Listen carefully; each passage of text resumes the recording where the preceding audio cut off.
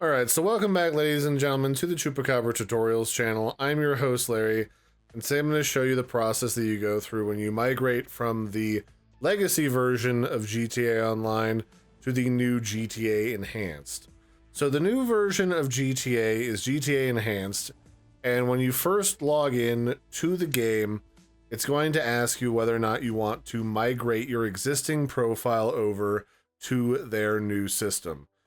So it should, when you first log in, if you've already been like logged in and playing GTA Online with your friends, it should give you this screen that says, hey, would you like to migrate your existing profile? Here's your first character. It'll show you their picture and their level so you can verify who it is. And then you can hit, yeah, go ahead and migrate my account, and it'll go through and make a copy of your character onto GTA Enhanced.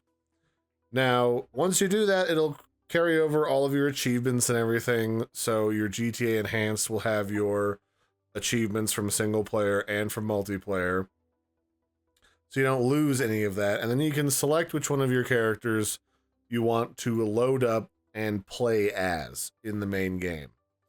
Now, if you find that, for whatever reason, this doesn't give you the option to migrate initially, and you have to re-log in to Rockstar once you get into the game, go ahead and just make a standard character, just a throwaway that you don't really care about, and then log into the game. And then once you're in a session that's like a public session, you can just go to the main menu, just hit escape, and then under online, there's an option in the middle of the list below Manage Characters and above the GTA Online Plus membership, called Migrate Profile.